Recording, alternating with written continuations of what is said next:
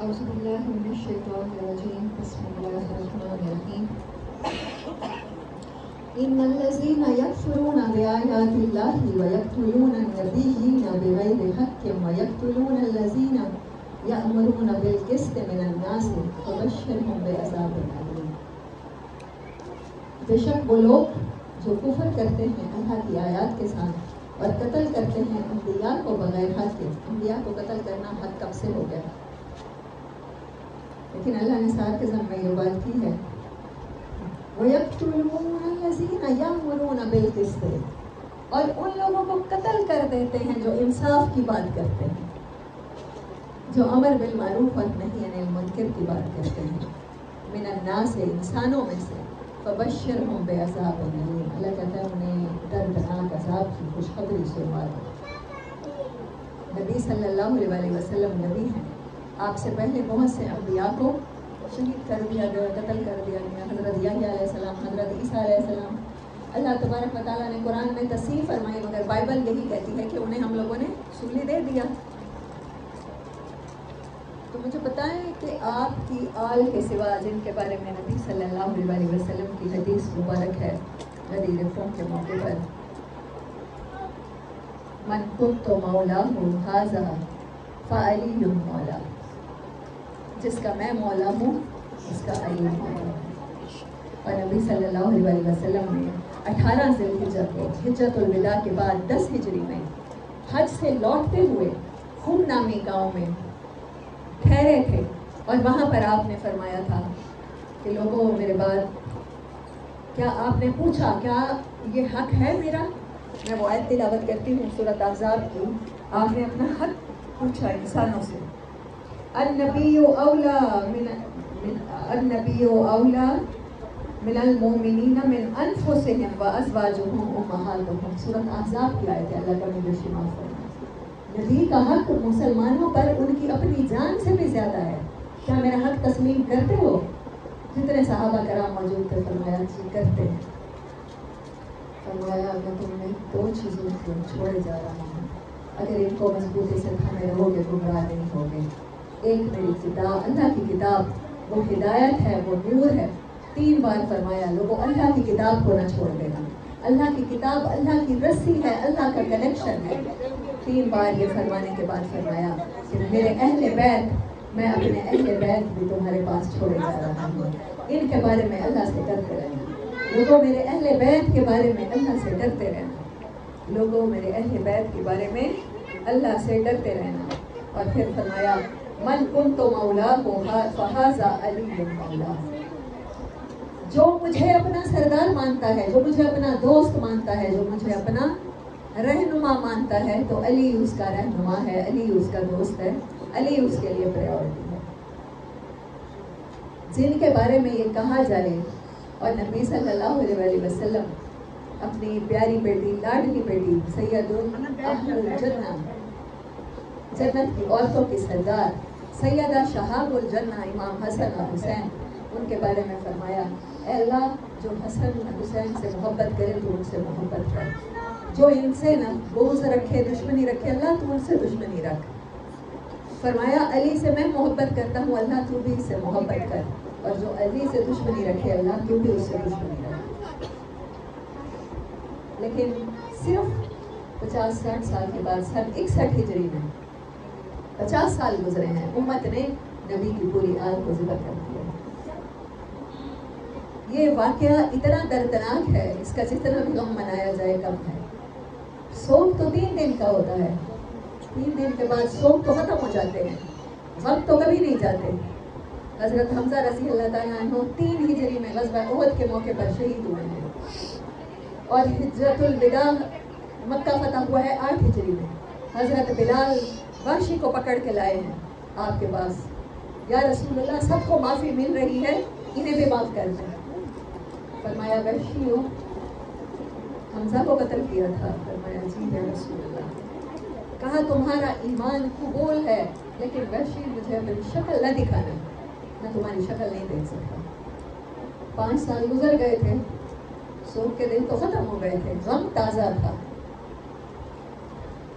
چچا کا غم تازہ تھا، اور امت نے کیا کیا؟ آل رسول کو شہید کر دیا. وحشی کو اسلام کی سعادت تو مل گئی، کیا اس کو وہ مرتبہ ملا کہ رخ انور کی طرف دیکھنا بھی گوارا نہ کیا؟ آپ نے یہ اجازت ہی نہ دی کہ وہ میرے چہرے کو دیکھ سکے یا میں اس کے چہرے کو دیکھوں. یہ خوش قسمتی ہے؟ ایسا ہونا خوش قسمتی ہے یا بدبختائی ہے؟ حضرت حمزہ کے قاتل کو آپ نے اپنی زندگی میں اپنے سامنے دیکھا، لیکن امام حسن حسین 6-7 سال کے تھے جب آپ دنیا سے تشریف لے کر. ایک بار حضرت ام سلمہ رضی اللہ تعالیٰ عنہ سے فرمایا، انہیں کے گھر میں تھے غالباً، بڑی دیر رونے کی آواز آتی رہی. ام سلمہ نے پوچھا، یا رسول اللہ کیا وجہ ہے کہ آپ اس قدر روئے ہیں؟ کہا، ابھی یہ جبرائیل میرے پاس آئے اور یہ بتا رہے تھے کہ آپ کے بیٹے کو شہید کر دیا جائے. میں حسین کے غم میں رو رہا ہوں. قیامت تک ہمیں حسین تازہ رہے گا. اگر ہم غم حسین کو بھولتے ہیں، ہم اپنی اس ہسٹری کو، آل رسول کی ہسٹری کو بھولتے ہیں، تو پھر ہماری زندگیوں کا کوئی فائدہ نہیں ہے. ہم اپنے رسول صلی اللہ علیہ وسلم کو کل کو قیامت کے دن کیا منہ دکھائیں گے؟ لیکن بڑے افسوس کے ساتھ کہنا پڑتا ہے کہ جو لیسن وہ اپنی شہادت سے دے کر گئے ہیں، جس کے لیے وہ اپنے بچوں تک کو ذبح کروا کے گئے ہیں، اس کو کوئی سمجھتا ہے کہ ماتم کر کے حق ادا کر دیا، اور کوئی ان کی مخالفت کر کے فرقے بازی میں سمجھتا ہے ہم نے حق ادا کر دیا. جو لیسن لینا چاہیے تھا وہ لیسن کسی نے. نبی صلی اللہ علیہ وسلم فرما رہے ہیں، النبی اولا، سورۃ احزاب کی آیت ہے، النبی اولا بالمؤمنین من انفسہم. نبی صلی اللہ علیہ وسلم کی ذات مومنین کے لیے ان کی اپنی جانوں سے بڑھ کے ہے. اور وہ فرما رہے ہیں میرے اہل بیت کے بارے میں ڈرنا،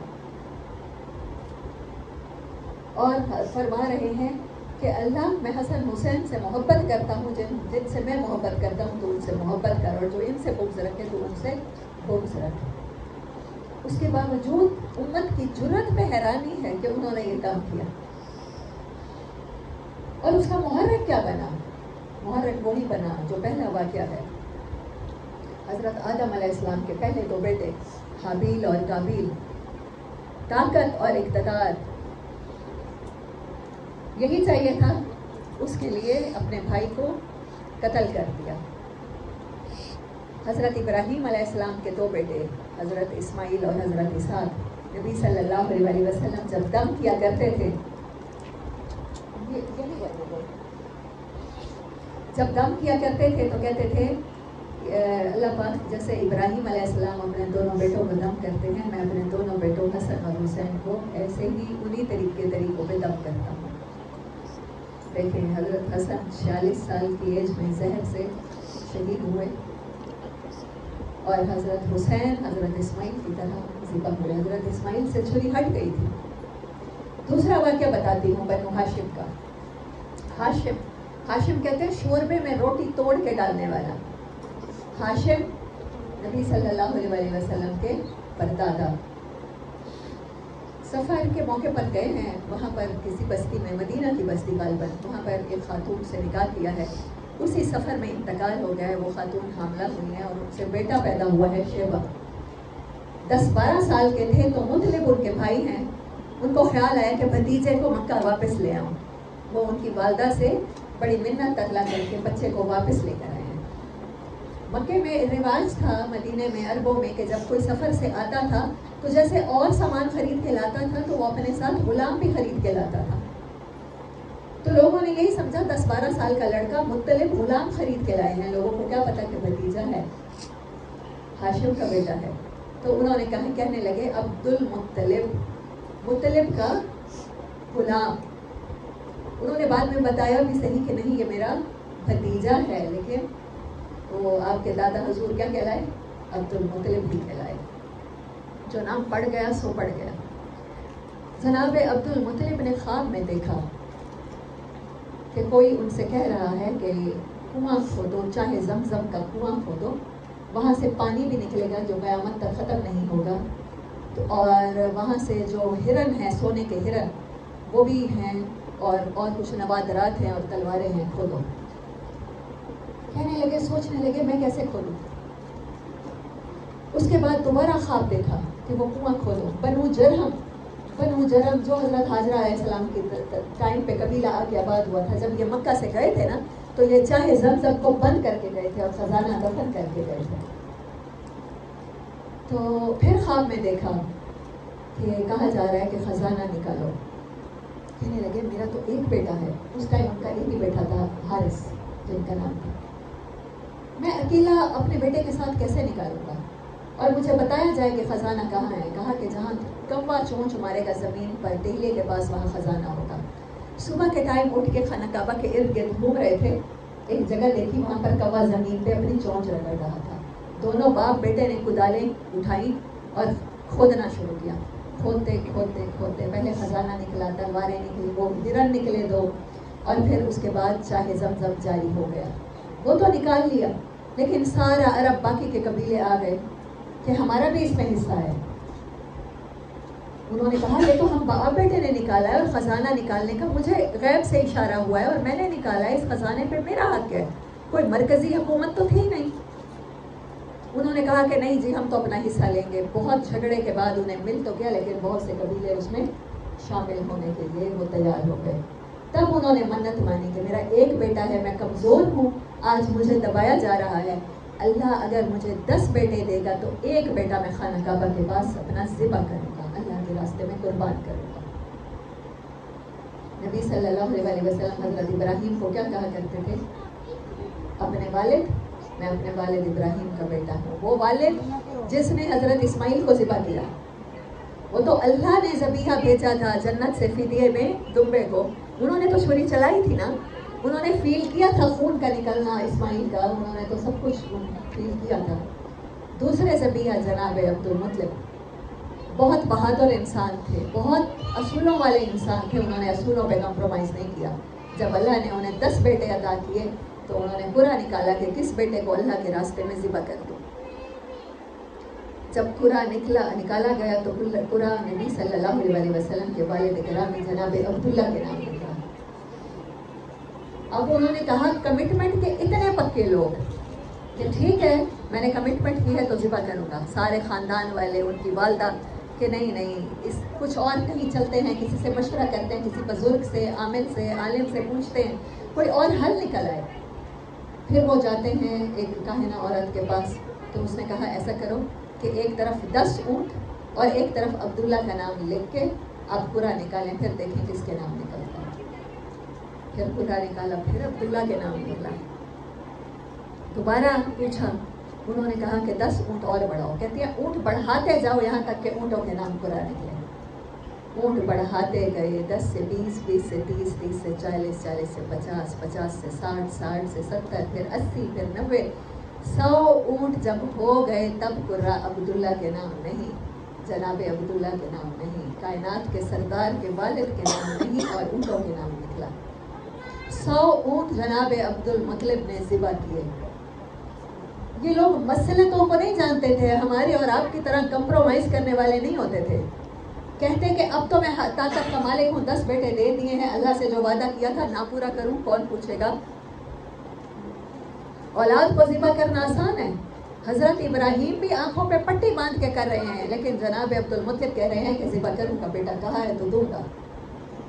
کمٹمنٹ چیک کریں, یہ بنو ہاشم ہیں, یہ آل رسول ہیں, یہ سید ہیں ہمارے.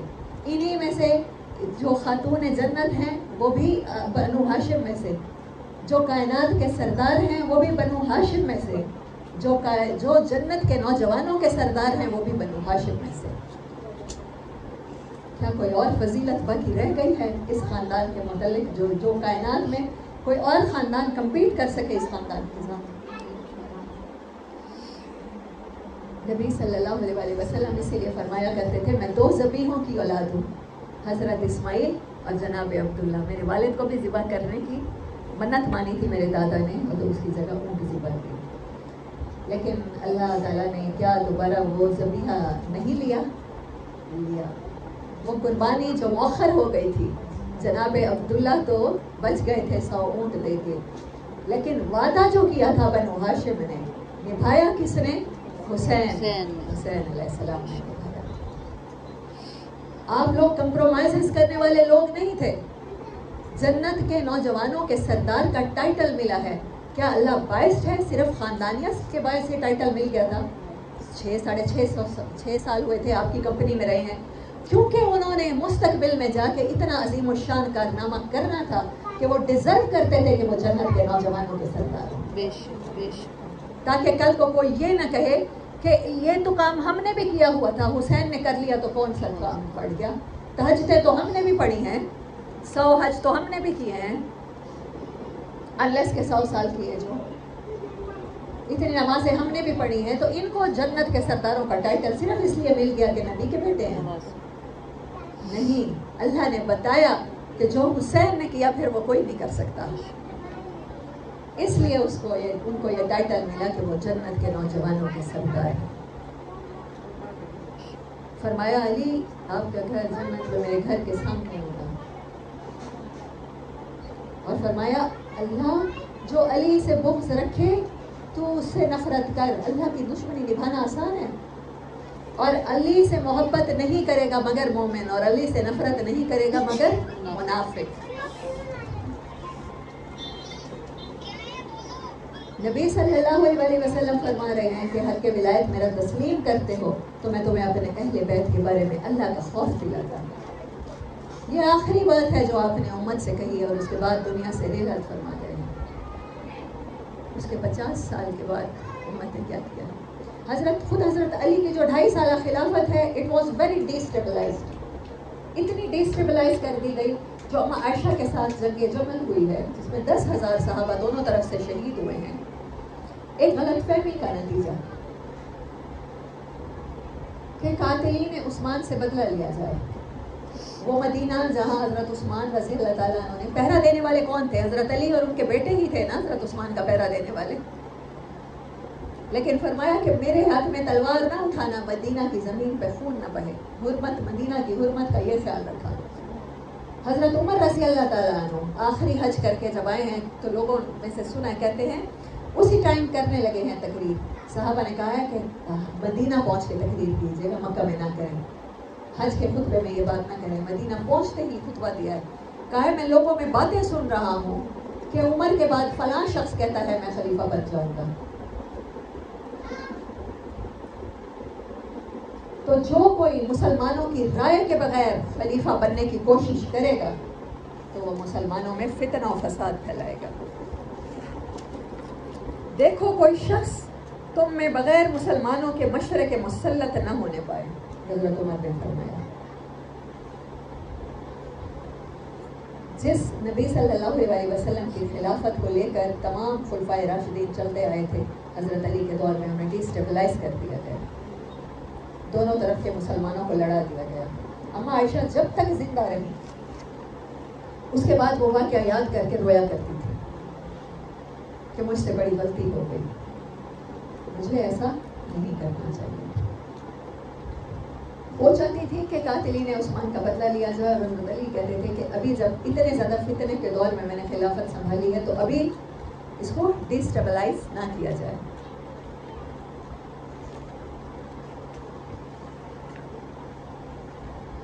سورۃ محمد آیت 22 اور 23. فَهَلْ عَصَيْتُمْ إِن تَوَلَّيْتُمْ أَن تُفْسِدُوا فِي الْأَرْضِ وَتُقَطِّعُوا أَرْحَامَكُمْ أُولَٰئِكَ الَّذِينَ لَعَنَهُمُ اللَّهُ فَأَصَمَّهُمْ وَأَعْمَىٰ أَبْصَارَهُمْ. جو لوگ زمین میں فساد کرتے ہیں کیا ہوگا ان کا انجام؟ ان پر لعنت ہے اللہ کی, اور ان کی بصیرت, ان کی آنکھوں پر کو اللہ نے اندھا کر دیا, اور ان کے کانوں کو اللہ نے بہرا کر دیا. پہلے آیت میں نے پڑھی ہے سورۃ آل عمران کی. وہاں اللہ تعالیٰ تبارک و تعالیٰ نے کیا فرمایا تھا؟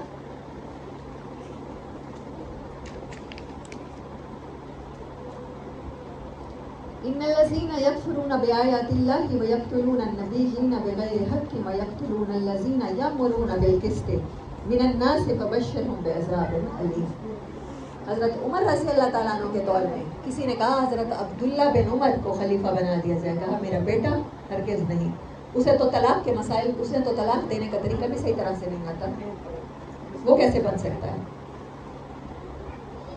خلافت لیگیسی نہیں ہے, وراثت نہیں ہوتی کہ اپنے بعد کسی کو دے دی جائے.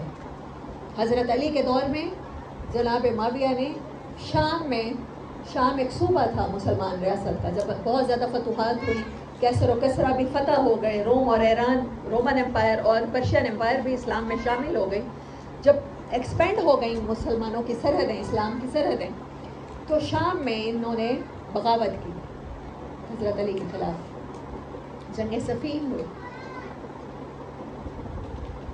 جنگ صفین کے موقع پر مجھے یاد نہیں ہے، شاید عبداللہ بن عباس رضی اللہ تعالیٰ عنہ فرماتے ہیں کہ میں نے خواب میں دیکھا تھا کہ حضرت علی بھی آئے ہیں، خانہ کعبہ کے اندر گئے ہیں اور کہا ہے کہ فیصلہ ہے، ہونا ہے، اور وہاں سے مسکراتے ہوئے نکلے ہیں اور کہا ہے کہ اللہ نے میرے حق میں فیصلہ دیا۔ پھر جناب معاویہ بھی گئے ہیں اور کہا ہے کہ اللہ نے مجھے معاف کر دیا ہے۔ جو غلطی پہ ہوتا ہے اس کو معاف کیا جاتا ہے اور اپریشیٹ اسے کیا جاتا ہے جو حق پہ ہوتا ہے۔ اور حضرت عبداللہ بن عباس نے ہی خواب دیکھا تھا 10 محرم کو یا شاید 9 کو غالباً، مطلب انہی ڈیز میں جب شہادت ہوئی ہے کہ نبی صلی اللہ علیہ وآلہ وسلم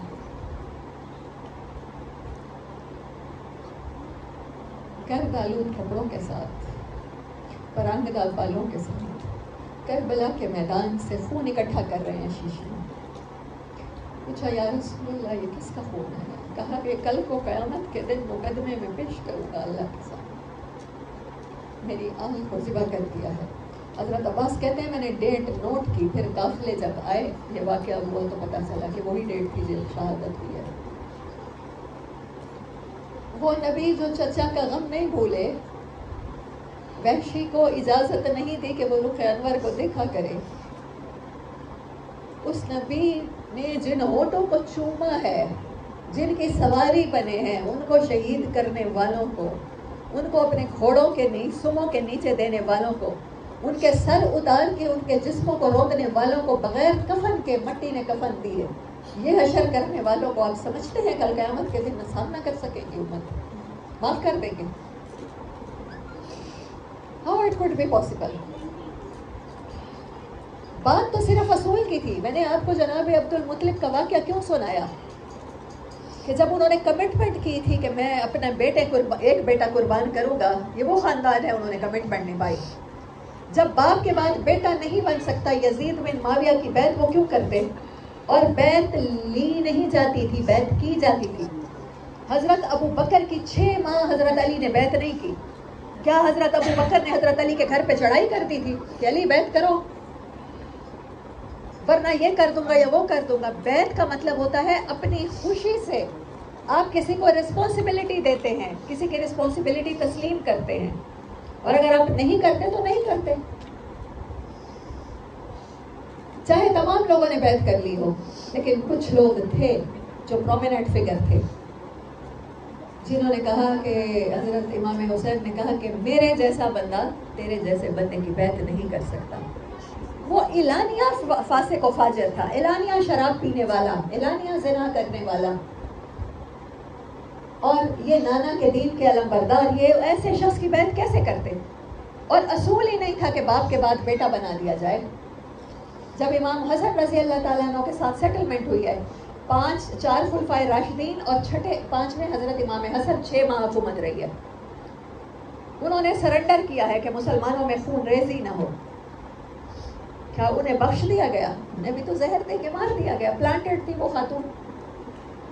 حضرت حسین نے جب پوچھا کہ بھائی مجھے بتائیے کہ آپ کا قاتل کون ہے، کہا کہ بتا دوں گا تو کیا کرو گے؟ قتل کرو گے؟ فرمایا ہاں۔ کہنے لگے کہ اگر شک غلط نکلا تو کسی مظلوم کی جان جائے گی، اور اگر میرا اندازہ صحیح ہے تو میں خود کل کو قیامت کے دن اللہ کے ہاں معاملہ بنا اٹھا لوں گا۔ 46 سال کی عمر میں نوجوانی میں شہید ہو گئے۔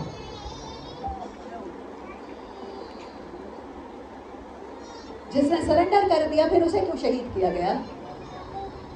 امام حسین، حسین ابن علی، عبداللہ بن زبیر، عبداللہ بن عباس، یہ چند اشخاص ہیں، اور عبد الرحمن بن ابی بکر، ان 4 لوگوں نے بیعت نہیں کی یزید کی۔ دارالخلافہ حضرت علی رضی اللہ تعالیٰ عنہ نے کوفہ میں شفٹ کیا تھا۔ حضرت حسن کہا کرتے تھے کہ یہ لوگ آپ سے وفا نہیں کریں گے، یہ لوگ نیو مسلمس ہیں، یہ لوگ پیدائشی مسلمان ہیں. ان لوگوں نے اسلام کے لیے کچھ نہیں چھوڑا. میں آپ کو ایک چھوٹا سا واقعہ بتاتی ہوں. فتح مکہ کے موقع پر جھگڑا ہوا ہے. حضرت عبد الرحمن بن عوف صحابی رسول ہیں، جو عشرہ مبشرہ میں سے ہیں، اور حضرت خالد بن ولید کو کون نہیں جانتا. ان کو اللہ تعالیٰ کے رسول نے کیا فرمایا ہوا تھا؟ سیف اللہ، اللہ کی تلوار کا لقب دیا ہوا ہے. ان میں جھگڑا ہوا ہے. حضرت خالد نے برا بھلا کہا عبد الرحمن بن عوف کو. نبی صلی اللہ علیہ وسلم اتنا شدید رنج اور غصہ فرمایا، کہنے لگے تم میرے صحابہ کو گالیاں دو گے، تم میرے صحابہ کو برا بھلا کہو گے. وہ بھی تو کہہ سکتے تھے، صلح حدیبیہ کے بعد وہ مسلمان ہوئے تھے. لیکن آپ نے صحابی کسے مانا؟ عبد الرحمن تب مسلمان ہوا جب اسلام کا مطلب مار کھانا تھا، جب اسلام کا مطلب جان دینا تھا، جب اسلام کا مطلب گھر بار چھوڑنا تھا، جب اسلام کا مطلب انگاروں پہ لیٹنا تھا، پتھروں پہ گھسیٹا جانا تھا. اور جو آسانی کے دنوں میں مسلمان ہوا وہ برابر ہو سکتے ہیں. آپ نے حضرت خالد بن ولید کو، وہ بھی رضی اللہ تعالیٰ عنہ صحابی ہیں، ان کو صحابی ہی کنسیڈر نہیں کیا. کہا کہ میرے صحابہ سے بحث کرو گے، میرے صحابہ کو پورا بھلا کہو گے. اللہ اکبر. جو رحمت للعالمین اپنے صحابہ کے بارے میں کو لے کر اتنے سینسٹیو ہیں، جنہوں نے قربانیاں دی ہیں دین کے لیے، ان کے اہل بیت کے ساتھ ہم نے کیسے لوگ. وہ اپنے اہل بیت کے بارے میں غدیر خون کے موقع پہ کہہ رہے ہیں، میں تمہیں ڈراتا ہوں تمہیں اللہ کا خوف دلاتا ہوں کہ میرے اہل بیت کا خیال کرو. امام حسین کو بہت سے انعامات دیے گئے، بہت سے رشوتیں دی گئی. کہا آپ اللہ اللہ کریں. انہیں نہ نماز سے روکا گیا، نہ روزے سے روکا گیا، نہ درس و تدریس سے روکا گیا. کہا کہ آپ مدینہ میں بیٹھ کر کیا کیا کریں؟ اللہ اللہ کیا کریں، خانقاہی سسٹم کی طرح. بس حکومت کے خلاف یہ بات نہ کریں آپ زبردستی بیعت کر لیں. انہوں نے فرمایا نہیں. آپ اس خاندان کے چشم و چراغ تھے کہ جس میں حضرت اسماعیل نے فرمایا تھا افعل ما تؤمر ستجدنی انشاءاللہ من الصابرین. اے ابا جان کر گزریے ذبح مجھے، اللہ نے چاہا تو مجھے صابرین میں پائیں. آپ اس خاندان کے چشم و چراغ تھے کہ جناب عبداللہ نے کہا کہ ابا جان نظر مانی ہے تو میں ذبح ہونے کو تیار ہوں. یہ کیسے ہو سکتا تھا کہ حسین علیہ السلام سے اللہ کا دین، ان کے نانا کا دین قربانی مانگتا؟ وہ کوئی عام شخص تھے کہ وہ کمپرومائز کر جاتے؟ کوئی بات نہیں، میں یزید کی خلافت بیعت کر لیتا ہوں. جب وہ خلیفہ ہو ہی نہیں سکتا، اور ہمارے لیے کوئی میسج ہی نہیں چھوڑا نا، کوئی راستہ ہی نہیں چھوڑ گئے امام حسین کہ ہم کمپرومائزز والی زندگی گزار لیں. کیا محبت ہوتی ہے سب سے بڑی؟ اولاد، مال، عہدہ، جس کے لیے ہم کمپرومائزز کر جاتے ہیں. اگر ایسا کروں تو میرے بچوں کا نقصان نہ ہو جائے. کوئی مجھے بلیک میل کر رہا ہے کہ آپ کے بچوں کو، کسی نے پرچی بھیجی ہے، اگر اتنا بندہ نہ دیا تو آپ کے بچے کو اٹھوا لیں گے. یہی ہم انہی باتوں پر ہم کمپرومائز کر جاتے ہیں، حق کو حق نہیں کہتے. امام حسین اپنے 6 ماہ کے بچے کو بھی ساتھ لے کر گئے تاکہ کل کو امت ایکسکیوز نہ کر سکے کہ اس لیے مصلحتاً غلط کی حمایت کر دی تھی. امر بالمعروف اور نہی عن المنکر اس لیے نہیں کیا تھا کہ ظالم ہماری گردن دباتا. اور آخری رات 9 محرم کی رات پانی پہلے بند کیا گیا. حضرت عباس کو بھیجا پانی لے کر آؤ جی. لڑ بھیڑ کے 1-2 مشکیزیں لے آئے، 1-2 میں انہوں نے تیر مارے، ضائع ہو گئے. کتنے دن پانی چلتا؟ 8-10 دن تو بیان فرمایا ہے نا وہاں پر، 1 محرم سے لے کر 10 دن، 8-9 دن. بچے پیاس سے بلک رہے ہیں. آپ کو لگا کہ چھوٹے سے بچے کو تو یہ لوگ نہیں منع کریں گے. جناب علی اصغر کو اٹھا کے لے کے گئے کہ اسے پانی پلا دیں. جناب علی اکبر کو 2 سال کے تھے بٹھایا ہے اپنی گود میں کہ انہیں پانی پلا دیں. تیر مارا ہے تو ان کے حلق پہ گیا، اور دوسرا سانس نہیں لیا بچے نے اپنی گود میں. تب ان کا خون اپنے جلو میں بھر کے آسمان کی طرف اٹھایا ہے اور کہا ہے کہ اللہ اگر تو ایسے حسین سے راضی ہے تو حسین تجھ سے راضی ہے. تو یہ چاہتا ہے کہ میرا چھوٹے سے چھوٹا بچہ بھی تیری راہ میں قربان ہو جائے تو حسین ایسے راضی ہے.